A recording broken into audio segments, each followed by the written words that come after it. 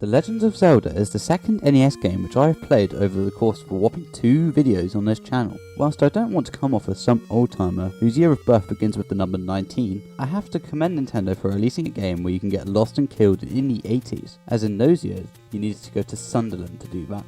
The game follows the strangely named Link on his quest to collect every shard of the Triforce.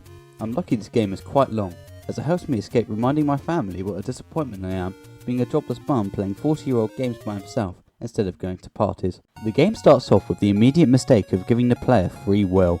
Now, I imagine that hundreds of people have named themselves Dick or Fanny or something really silly, but I couldn't even type my own stupid YouTube handle incorrectly. It comes to struggle playing on a real NES. Once I drop off the battle bus, I meet the kingdom of Hyrule. I grab a sword and instantaneously prove where I'm not capable of handling it. As shown in this clip, with maximum HP, Link can chuck a sword one hell of a distance. I don't know if any of you have read Matilda, because if you need me to explain this game for you, you must be a right thicko. But this mechanic reminds me of the bit where Miss Trunchbull chucks that girl by the pigtails into a bush. Unfortunately, you won't get to see much of this mechanic, as my stupid sausage fingers can't press the D-pad on my real NES controller. I should also stop making Roald Dahl references before I become a raging anti-Semite. After committing a few dirty murders, I buy a few bombs. Bombs can be used as a weapon, however they serve a much more important function in that they allow me to invade people's privacy. This would be a perfect ad segue. However, have you been listening to this video? Disregarding that, having bombs lets me break into this old bloke's home, where it gives me the prospect of underage gambling. Fortunately, the game realised I was still only 17 and booted me out of his house with my wallet so heavy my trousers were sagging. With my newly discovered generational wealth, I can die immediately, discover I bought the blue candle at some point in the raw footage which I've already cut out of the video, collect a heart container for a bit of extra beef, die again, and eventually run my pockets dry by purchasing the blue ring, which takes links back from the 1980s to the 1880s.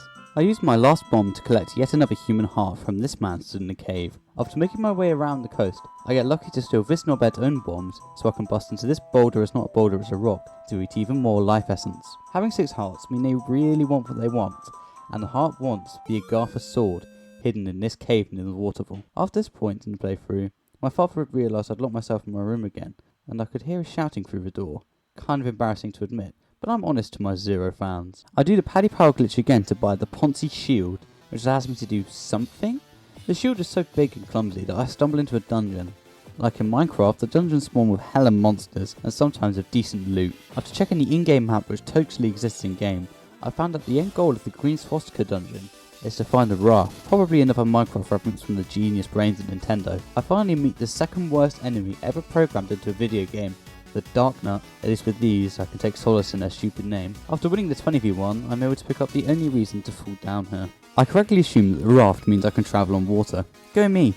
This means nothing though. I just fall into another dungeon, this one vomit coloured. However, the idea is the same. Pick up the item, this time the ladder, and get the fuck out. The ladder allows me to walk over one-tile gaps which I couldn't before, which, unfortunately, is required to beat the game. These newfound items let me consume 2 more healthy talismans, bringing my life force into a brand new stratosphere only the godliest of minds could comprehend. When walking back to what I'm told is the first level, I burn down this tree. My cruel ways are instantly punished, with the game pelvic thrusting me into hell. The first room contains more dark nuts. Instead, they're blue now. Why are you blue? With a little bit of complete cheating, I'm able to clear the room.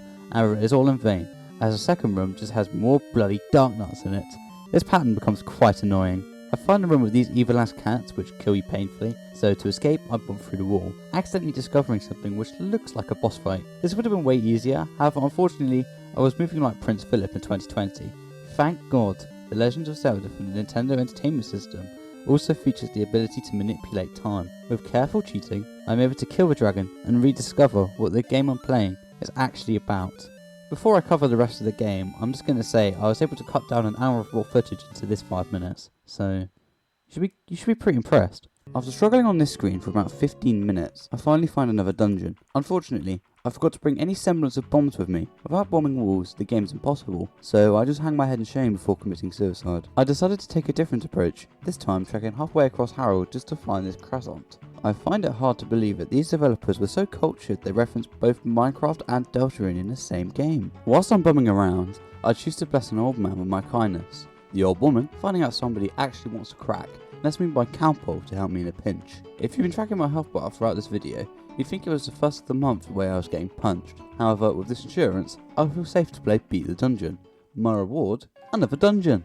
In exchange for a wad of cash, I can expand the amount of bombs I can carry from 8 to 12. I also begin to channel my inner primary schooler by picking up the recorder, which allows me to fry the brain of the dungeon boss. I can now bump pirated Spotify in front of this lake, which summons a pit, which contains a reference to the Hood classic film, Groundhog Day, alongside the easiest boss of all time. This part of the game is starting to get samey, mostly because I did all of the hard levels first, and now I'm out of interesting things to talk about. Fortunately, I pick up the final sword in the game, Rid for Her Pleasure, so now I'm an unstoppable killing machine not too far flung from the Iron Dome. Fortunately again, my father took this time to remind me that he thinks I'm unhygienic, even though 3 months isn't that long in the grand scheme of things. Flashing on your screen now are the remaining 4 Triforce shards which I picked up. Since these dungeons consist of waving your dick around until you're able to piss on everything in the same room as you, I don't feel as if they was really worth any more attention, especially since I've already collected all the important items from these levels while you were blinking. One last thing you need to consider before I finish the game is that I'm so incredibly lazy that if this video runs over 15 minutes it would probably only be released in my worst nightmares, one where I have to work. I now actually have to find a final level of the game, which is obviously really easy because there's a useful in-game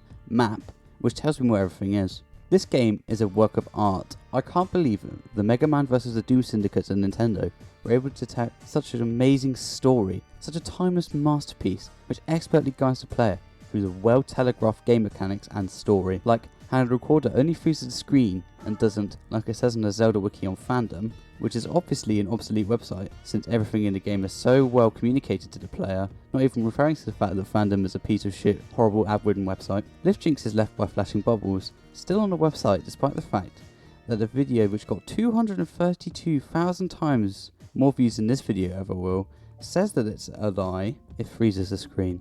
Basically what I'm trying to get at is, there's no reason to look at these wikis because the game is just so great. The people who are making them are wasting their times. Except ZeldaDungeon.net, please don't stop doing what you're doing. What I'm getting at is, I totally don't need a map open on an alternate tab on my real NES, which can also totally open Chrome and rewind the game and load save states and fast forward. You don't need that because the game is just so good. Hell, I'm getting so angry at talking about how good the game is that it's starting to remind me of that bit in Charlie and the Chocolate Factory where Gene Wilder loses his shit at the little kid. I can't even remember what he did. It's not even like...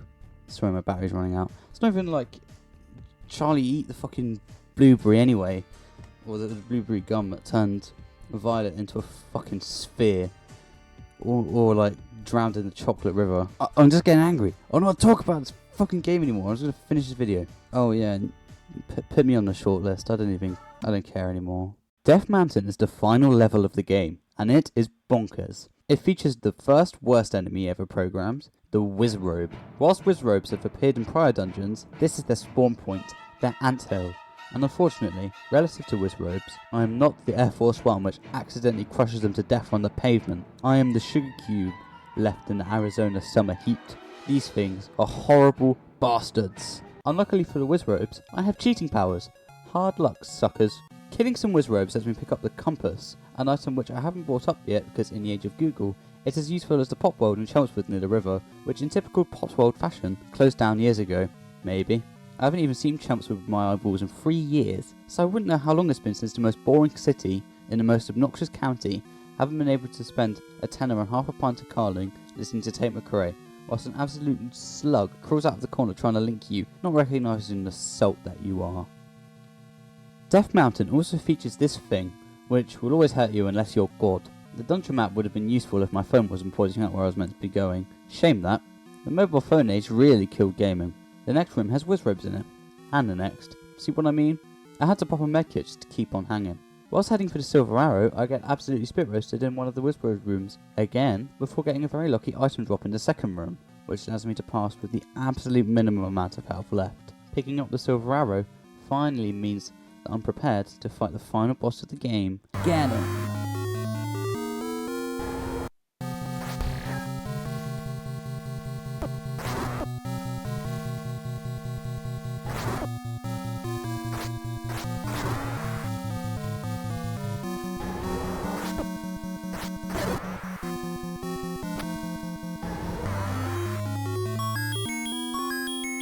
Yo guys, it's me Charlie. Hey, did that guy just turn into sand? After stabbing the fire, I can now say that I have illegitimately beaten The Legend of Zelda. As soon as this happened, my dad was able to break down the door and tell me to my face what a disappointment I am. So what did I think? Well, in the Angry Birds movie, Red slacks the Doctor with the last name Wingstein, so judging by this, the Doctor is of Jewish descent.